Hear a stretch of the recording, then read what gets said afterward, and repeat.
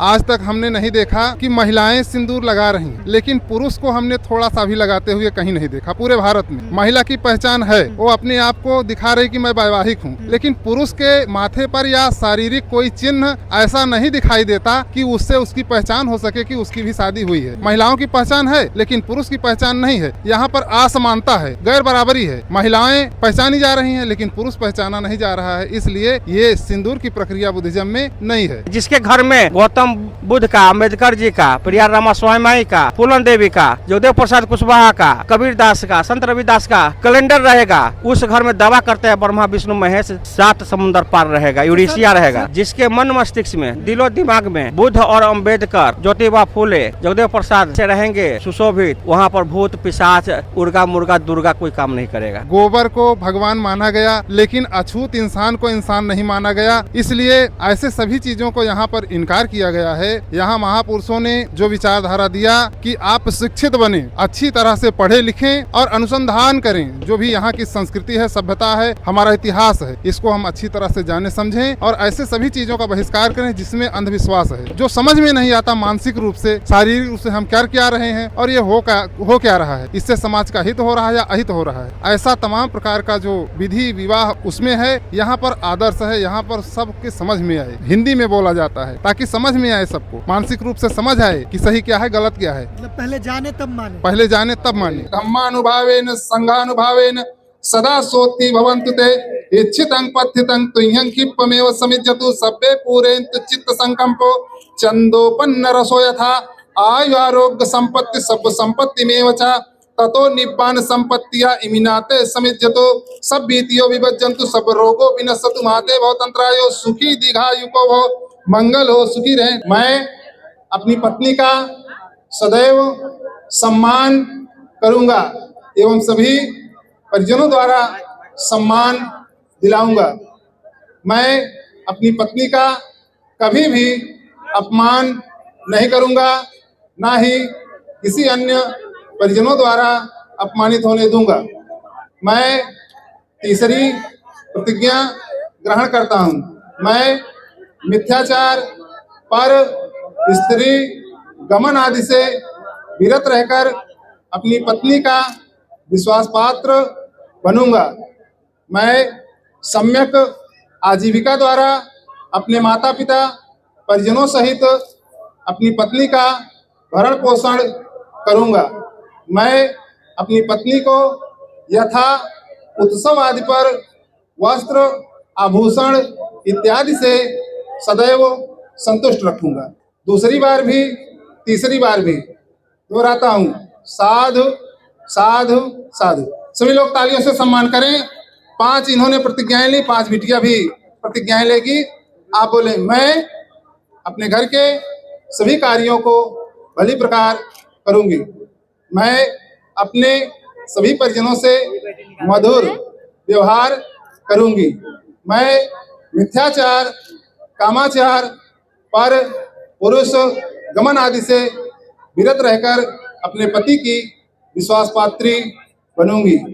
मैं अपने पति द्वारा उपार्जित धन दौलत, पूर्वजों द्वारा रक्षित चल अचल संपत्ति की रक्षा करूंगी।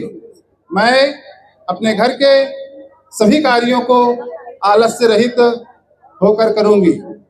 दूसरी बार भी तीसरी बार भी साधु साधु साधु। सभी लोग तालियों से सम्मान करें। इस समय मुजफ्फरपुर के बोचहा में है और यहाँ पर एक बौद्धिक वैवाहिक कार्यक्रम का आयोजन किया गया है। मनोज सहनी जी के यहाँ उनकी सुपुत्री की आज वैवाहिक कार्यक्रम है और यह वैवाहिक कार्यक्रम बुद्धिस्ट रीति रिवाज से संपन्न किया जा रहा है। बुद्धिस्ट रीति रिवाज जो सदियों पुराना है, भारत में 2500 साल पुराना है, जो गौतम बुद्ध की शिक्षाएं थी, गौतम बुद्ध का जो विचारधारा था, उस पर भारत के लोग चलते थे। पूरे एशिया में बौद्ध धर्म का फैलाव था और गौतम बुद्ध को एशिया का प्रकाश पुंज कहा जाता है। बाबा साहब डॉक्टर अम्बेडकर, ज्योतिराव फुले, पेरियार, ईवी रामास्वामी नायकर, ललाई सिंह यादव, इन तमाम महापुरुषों ने एक सपना देखा था कि भारत में बुद्धिज्म विचारधारा हो, भारत के लोग साइंटिफिक विचारधारा पर चले और बुद्ध के विचार को अपनाएं। उस सपने को साकार कर रहे हैं मनोज सहनी जी। इनके सुपुत्री का आज वैवाहिक कार्यक्रम है। इनसे बात करते हैं और समझने का प्रयास करते हैं कि ये जो बुद्धिस्ट रीति रिवाज है, इससे ये वैवाहिक कार्यक्रम का आयोजन क्यों किए हैं। बहुत बहुत बधाई है, आज आपकी सुपुत्री का वैवाहिक कार्यक्रम है। बहुत बहुत हम हर्षित हैं और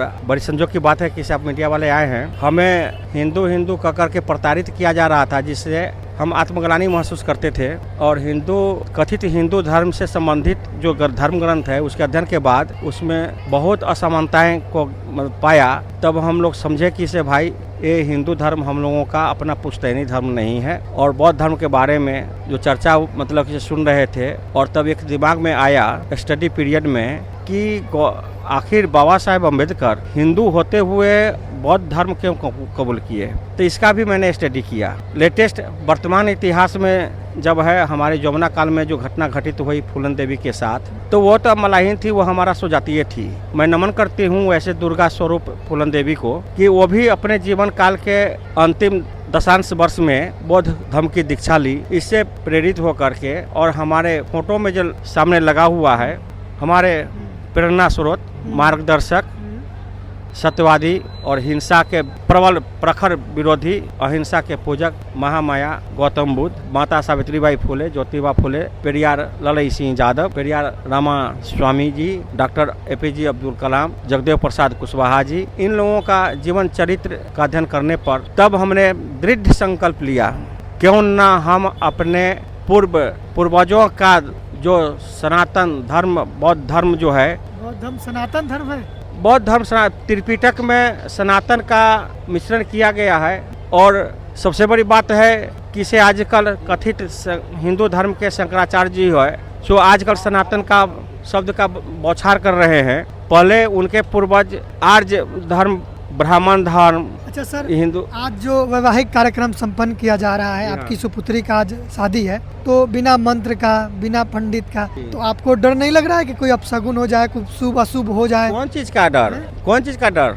हमें मनुवादी लोग इधर आकर के 20 वर्षों से नास्तिक बोलते हैं, लेकिन हम तो वास्तविक हैं। जो सत्य है उसको मानते हैं, उसको कबूल करते हैं और सत्य के अनुसार हम अपना मतलब कि इसे अनुसरण करते हैं। इसमें डर कहाँ है? जिसके मन मस्तिष्क में, दिलो दिमाग में बुद्ध और अम्बेडकर, ज्योतिबा फुले, जगदेव प्रसाद मतलब किसे रहेंगे सुशोभित, वहाँ पर भूत पिशाच उर्गा मुर्गा दुर्गा कोई काम नहीं करेगा। एकदम हमारा सत्यवादी है। जिसके घर में गौतम बुद्ध का, अम्बेडकर जी का, पेरियार रामास्वामी का, फूलन देवी का, जगदेव प्रसाद कुशवाहा का, कबीर दास का, संत रविदास का कैलेंडर रहेगा, उस घर में दावा करते हैं ब्रह्मा विष्णु महेश 7 समुद्र पार रहेगा, यूरेशिया रहेगा। शादी विवाह में तो देवता का पूजा होता है, आपके घर में देवता है कि नहीं? किस देवता? कौन सा देवता? कैसा देवता? मिट्टी वाला देवता। मिट्टी वाला देवता, वो हाथ वाला 10 पैर वाला, वो हमारा देवता नहीं है, वो लेने वाला है। जो कथित देवता जो जिसको आप बोलते हैं, जिस बारे में आपका इंडिकेशन है कि से वह भगवान, आपको उससे डर नहीं लगता है? वो देवता हमको क्या दिया है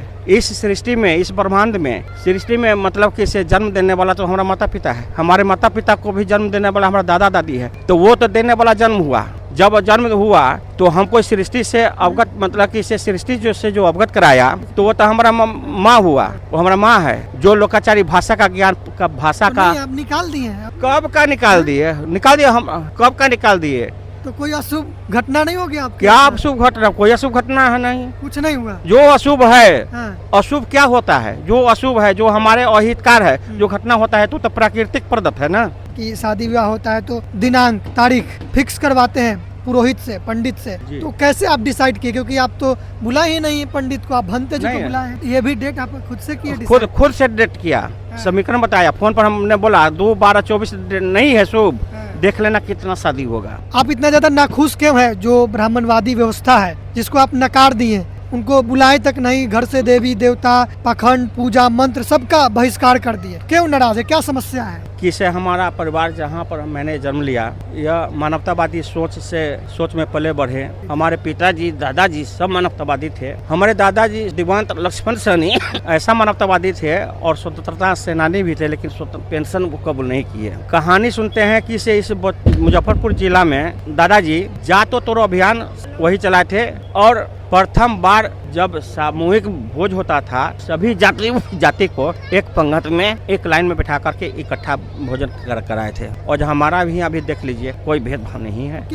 जो ब्राह्मणी व्यवस्था या ब्राह्मण है, पंडित है, उनसे क्या समस्या है आपको? उससे समस्या है कि से एन के प्रकार अपनाए नमक का बात करता है। ब्राह्मण जो भी बात बोलता है, हमारा बहुजन समाज हर काम करता है, मेहनत करता है, पसीना चुहाता है, यहाँ तक कि से अपना खून जला करके अपने बच्चों को परवरिश करता है। और इतना मानसिक रूप से उसके बहकावे में हमारे आधी आबादी को ग्रसित किए हुए है। दान दक्षिणा दर्शन के नाम पर वो आर्थिक दोहन पर लगा हुआ है और हमारे भाई में हमारे भोजन को तितर बितर करने में उसका अहम भूमिका है, जिसका अध्ययन करने से हम अपने भोजनों के इतिहास को अध्ययन करने से यह परिलक्षित साफ साफ दर्शाता है। आपको डिस्क्रिमिनेशन दिख रहा है उनकी व्यवस्था में? उनकी व्यवस्था में गैर बराबरी दिख रहा है। कहीं से भी मतलब मानवता का एक कतरा भी उनका ब्राह्मण में। अब आप बुद्धिज्म को फॉलो कर रहे हैं और बौद्धिक रीति रिवाज से वैवाहिक कार्यक्रम कर रहे हैं, तो ये बताइए कि इसमें क्या आपको लाभ हो रहा है और क्या अच्छा लग रहा है? संतुष्टि हो रहा है, बहुत संतुष्टि हो रहा है। लग रहा है ऐसा कि से हाँ, हम उस समय का हम अपने पुराने घर के पुराने परिवेश में हम मतलब कि से बुद्धिस्ट ही थे। हमारा पूरा बहुजन बुद्धिस्ट था, पूरा सारा अखंड भारत बुद्धिस्ट था। बाबा साहब का क्यों फोटो लगा हुआ है? बाबा साहब सिंबल ऑफ नॉलेज। बाबा साहब को हमारे यहाँ भारत में मतलब किसी मूर्ति तोड़ा जा रहा है। हमारे यहाँ जिनका जहाँ पर जन्म स्थिति है, जहाँ पर इनका आदर्श है, जो मतलब किसी समाज को मानवतावादी एक ऐसा लिटरेचर पावर मतलब किसी बनाए संविधान के तहत, और यहाँ पर सभी मानव एक समान में मतलब किसी बंधन में कानून बंधन में मतलब आ गए, जिस कारण आज हमारा उन्हीं का समाज आज चैन की और इज्जत की जिंदगी जी रहे हैं। और सिंबल ऑफ नॉलेज आज तक भारत का कोई भी ऐसा मनुवादी किसी भी वर्ग का इनका इतना डिग्रीधारी शिक्षाविद, न्यायविद, समतावादी कोई व्यक्ति नहीं है। इसलिए हमारे प्रेरणादायक हैं। खुश है आप? बहुत खुश है। विरोध नहीं ना हो रहा गांव वाले से कि आप इस तरीके से कर रहे हैं शादी? विरोध तो हो रहा है, लेकिन सामना करना पड़ता है। लेकिन उसको मानवतावादी सोच से अपने तर्क के बुद्धि पर उनको हम बहिष्कार नहीं ना किए हैं? ना सब लोग हैं, सभी लोग मौजूद हैं। भंते जी हैं जो इस वैवाहिक कार्यक्रम को संपन्न करवाएंगे, इनसे कुछ बातें कर लेते हैं। बहुत बहुत साधुवाद ऐसे मीडिया चैनल को आपके जो इस वैवाहिक कार्यक्रम को कवरेज कर रहे हैं। मैं भंते शांति मित्र, राष्ट्रीय धम्म प्रचारक, national and international Buddhist society. पूरे भारत में हमारे द्वारा धम्म का प्रचार प्रसार किया जाता है। इसी संदर्भ में आज सम्मानित मनोज कुमार साहनी जी ने हमें आमंत्रित किया है। मैं उनको भी बहुत सारी मंगल कामनाएं देता हूं। आप तो और भी भिन्न भिन्न जगह पे जाते होंगे, तो कितना ज़्यादा फैलाव हो रहा है तेजी से बुद्ध का विचार? हम तो भारत के विभिन्न राज्यों में मेरे द्वारा कार्यक्रम हो चुका है। पंजाब, गुजरात, महाराष्ट्र, कोलकाता और आज बिहार की धरती पर यहाँ उपस्थित हैं। यहाँ पर भी धम्म का प्रचार प्रसार और वाणी के माध्यम से आप लोग देखेंगे, सभी लोग सुनेंगे। हम चाहेंगे कि जो बौद्धिक विवाह होता है उसका पूरा प्रोसेस क्या है, संक्षिप्त में बताएं कि क्या क्या करना होता है, कैसे किया जाता है। बुद्धिस्ट विवाह का प्रोसेस है कि जो वर पक्ष के लोग रहते हैं और कन्या पक्ष के दो परिवार आपस में एक मिलते हैं, तो विचारों का रिश्ता होता है। यहाँ पर एक दूसरे को प्रस्ताव देते हैं और उस प्रस्ताव का वो अनुमोदन करते हैं, स्वीकार करते हैं। उसके बाद पुनः वो प्रस्ताव देते हैं और लड़की पक्ष स्वीकार करते हैं। ये प्रस्ताव और अनुमोदन विचारों का एक रिश्ता है और विचार वाणी के द्वारा, काया के द्वारा, मन के द्वारा दिए जाते हैं। जो पूरे उपस्थित दोनों तरफ के परिजन रहते हैं, दोनों परिजनों को साक्षी माना जाता है। यहाँ पर साक्षी स्वरूप, साक्षी का मतलब वो इस वैवाहिक कार्यक्रम को देखेंगे। कभी भविष्य में ज़रूरत पड़ी, बच्चों को दुख तकलीफ हुआ तो सदैव साथ सहयोग करेंगे। जी, इसमें जो और भी पुराने परंपरा है जो जिसमें लोग हैं, जिसको छोड़कर मनोज सहनी जी बौद्धिक परंपरा को अपनाए हैं, उसमें बहुत सारे विधि व्यवहार होते हैं। मरवा होता है, गोबर का पूजा होता है, वो नदी का पानी से शुद्ध करते हैं, मंत्र का ये होता है। तो ये सब होता है क्या यहाँ? देखिए, यहाँ पर शुद्धता मन की है। यहाँ इस देश में गोबर को भगवान माना गया, लेकिन अछूत इंसान को इंसान नहीं माना गया, ये बहुत बड़ा विषय है। इसलिए ऐसे सभी चीज़ों को यहाँ पर इनकार किया गया है। यहाँ महापुरुषों ने जो विचारधारा दिया कि आप शिक्षित बने, अच्छी तरह से पढ़े लिखें और अनुसंधान करें। जो भी यहाँ की संस्कृति है, सभ्यता है, हमारा इतिहास है, इसको हम अच्छी तरह से जाने समझें और ऐसे सभी चीज़ों का बहिष्कार करें जिसमें अंधविश्वास है, जो समझ में नहीं आता मानसिक रूप से, शारीरिक रूप से हम कर क्या रहे हैं और ये हो क्या रहा है, इससे समाज का हित हो रहा है या अहित हो रहा है। ऐसा तमाम प्रकार का जो विधि विवाह उसमें है, यहाँ पर आदर्श है, यहाँ पर सबके समझ में आए, ऐसा वैवाहिक संस्कार हिंदी में बोला जाता है। हिंदी में बोला जाता है ताकि समझ में आए, सबको मानसिक रूप से समझ आए कि सही क्या है, गलत क्या है। मतलब पहले जाने तब माने। पहले जाने तब माने। अच्छा, सारा का सारा कार्यक्रम, सारा का सारा जो मतलब रीति रिवाज है वो इसी मंच पे हो जाता है या फिर घर में भी किया जाता है? इसी मंच पर सारा रीति रिवाज हो जाता है। जो वर पक्ष के बिटिया के पिताजी रहते हैं, प्रस्ताव वर के पिताजी को देते हैं। उसके बाद बिटिया वर को प्रस्ताव देती है। उसके बाद पाणी ग्रहण संस्कार होता है। पाणी ग्रहण प्रमुख है। वहाँ पर मंगल कामना सूक्त बोले जाते हैं पाली भाषा में, और दोनों अपने गृहस्थ रूपी जीवन में प्रवेश करते हैं, एक दूसरे को वरमाला डालते हैं और विवाह संपन्न हो जाता है। हम देखते हैं सामान्य तौर पर कि पहले जयमाला होता है, जिसको वरमाला आप कह रहे हैं, पहले हो जाता है, बाद में बाकी चीज़ें होती है। तो यहाँ पर पहले वरमाला होता है या फिर पहले ये सब जो आप बताए हैं वो होता है और बाद में वरमाला होता है? देखिए, ये जो प्रक्रियाएं जयमाला की है, जब व्यक्ति विजयी होता है तब उसको माला पहनाया जाता है। और पूर्व काल में अनेक राजकुमार आया करते थे, तो जब महिला वो देखती थी, तमाम को चयनित करती थी, तो किसी एक को पहनाती थी तो अन्य दुखी हो जाते थे और इसका बड़ा विरोधाभास होता था, युद्ध होता था, झगड़ा लड़ाई होता था। इसलिए ये वरमाला है। जयमाला की प्रक्रिया अलग है। जयमाला पहले होता है, यहाँ पर वरमाला एक दूसरे का अनुमोदन प्रस्ताव होने के बाद होता है। जयमाला भी होता है क्या इसमें? नहीं, जयमाला की प्रक्रिया बता रहे हैं हम आपको। दूसरी प्रक्रिया है कि जब वो व्यक्ति वहाँ पर जीतता है तब उसको पहनाया जाता है, जैसे कोई मतलब विजय, जय विजय। तो इसलिए यहाँ पर वरमाला होता है, एक दूसरे को बच्चे पहनाते हैं और स्वीकार करते हैं एक दूसरे को पति पत्नी के रूप में, और आदर्श समाज के सामने वो साक्षी भाव से उपस्थित रहते हैं। महिलाएं की शादी होती है तो उनको सिंदूर लगाना पड़ता है और ये मानते हैं लोग कि ये प्रतीक है कि उनका विवाह हो चुका है। तो बुद्धिस्ट में होता है क्या ऐसा? देखिए, यहाँ पर समता है।